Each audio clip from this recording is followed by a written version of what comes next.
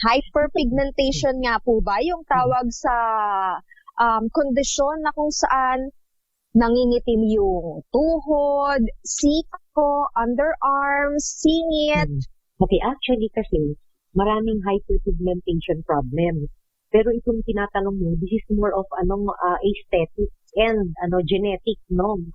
Mas malaking chance na genetic ito. Kasi ito yung mga lugar na kapag ang color mo ay dark, ang skin mo, sometimes you also have this discoloration in those areas. Tsaka kung ito ay may skin asthma, pwede ka rin magkaroon ng discoloration in those areas.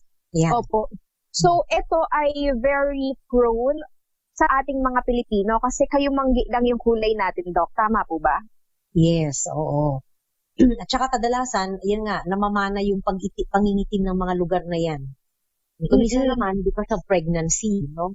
Yung pregnancy, Okay. Nabanggit niyo na rin nga po sa pregnancy, Doc, may mga instances talaga na kapag na-discover nila na nagdadalang tao sila, unti-unti nilang nakikita, isa sa mga symptoms nga po ba yun, Doc? Yung pangingitim nga rin po ng mga, nabanggit natin kanina, kilikili, tsaka singit, di ba?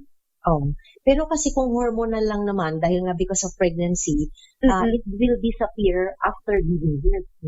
Okay, But there are some people who claim na hindi daw natatanggal.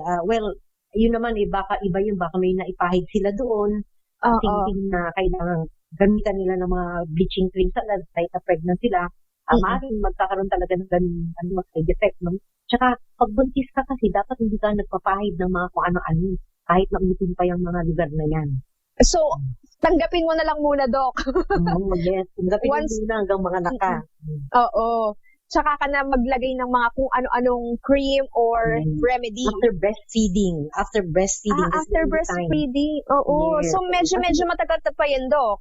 Oo. Not unless na hindi ka magbe-breastfeed, no? Minsan kasi may mga taong working, so they cannot do breastfeeding until after ito na. Okay, oo. Pero paano naman, Doc, sa mga hindi nagdadalang tao or hindi nagbubuntis? Sabihin natin yung mga kababaihan or even mga kalalakihan, di ba, na nakakaranas po ng ganitong skin condition. Ano po yung kinakailangan nilang gawin kapag sila ay nakakapansin ng hyperpigmentation or discoloration sa mga bahagi ng kanilang katawan? Okay.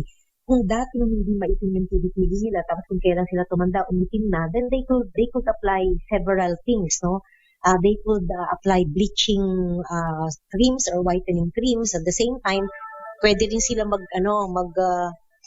may maiitim na ganung lugar sa bahagi ng kanilang katawan.